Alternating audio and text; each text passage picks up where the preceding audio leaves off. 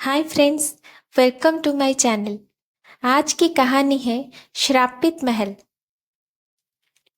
एक बार की बात है, थॉमस नाम का एक राजकुमार रहता था। थॉमस बहुत ही अच्छे स्वभाव का था। वो अपने पिताजी के साथ ही रहता था। थॉमस के पिताजी बहुत ही कमजोर और बीमार थे। एक दिन उन्होंने अपने बेटे को अपने बिस्तर के पास बुलाया और कहा, बेटे, मैं हर दिन कमजोर पड़ता जा रहा हूँ, इसलिए मुझे लगता है कि अब समय आ गया है कि मैं तुम्हें ये दे दूँ। और ऐसा कहकर उन्होंने उसे एक छोटा सा बीन दिया।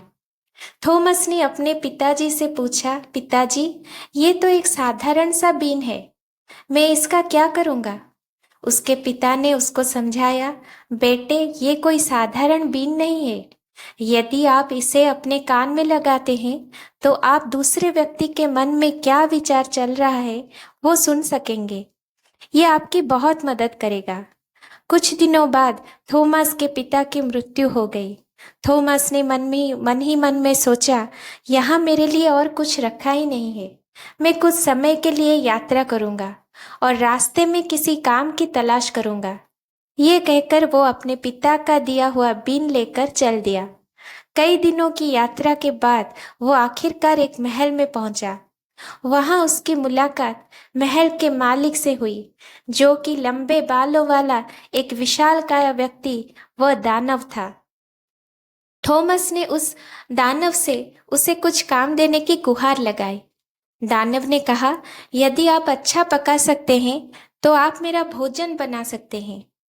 उसने दानव को बहुत ही स्वादिष्ट डिनर बनाकर प्रभावित किया और इसलिए उसे काम पर रख लिया गया।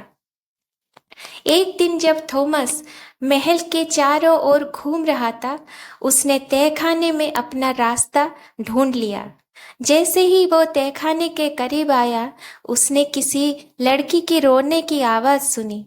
उसने तहखाने की तलाशी ली और उसे एक खंबे से बंधी एक सुंदर सी लड़की मिली। तुम कौन हो? तुम इस तरह से क्यों बंधी हुई हो?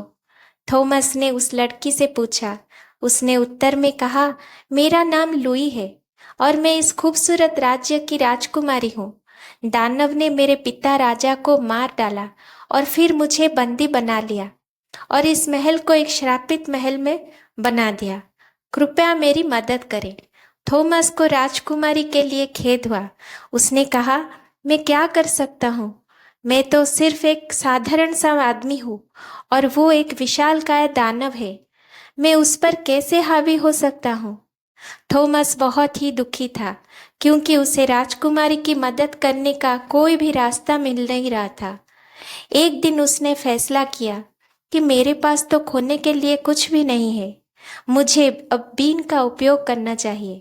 देखता हूँ कि क्या मैं दानव के विचारों को सुन सकता हूँ। जैसे ही उसने अपने कान पर बीन लगाया, उसने दानव को ये सोचते हुए सुना, मुझे लगता है कि रसोइये को राजकुमारी के बारे में सब कुछ पता चल गया है। कल मैं उसे नाश्ते में खा जाऊंगा। तब तक मुझे ये सुनिश्चित करना होगा कि उसको ये कदापि पता नहीं चलना चाहिए कि मेरी ताकत का राज मेरे बाल है। थॉमस को ये जानकर बहुत प्रसन्नता हुई कि दानव अपने लंबे बालों के बिना उसका कुछ भी बिगाड़ नहीं पाएगा। इसलिए उस रात वो दानव के बेडरूम में घुस गया और सोते समय ही उस दानव का बाल काट दिया। अगली सुबह जब दानव नींद से जागा तो उसे बहुत ही कमजोरी महसूस हुई और जल्द ही उसे ये एहसास हो गया कि उसकी सारी शक्तियां चली गई हैं। ये जानते हुए कि थॉमस अब उसे आसानी से हरा सकेगा, कमजोर दानव ने अपना सारा सामान इकट्ठा किया और महल से भाग गया।